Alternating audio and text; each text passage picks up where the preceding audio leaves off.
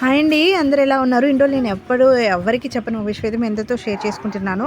నా చిన్నతనంలో అండి నేను ఫోర్త్ క్లాసో, థర్డ్ క్లాస్ చదువుతున్న టైంలో అయితే మా ఊరు ఖమ్మం దగ్గర రామకృష్ణాపురం అనమాట.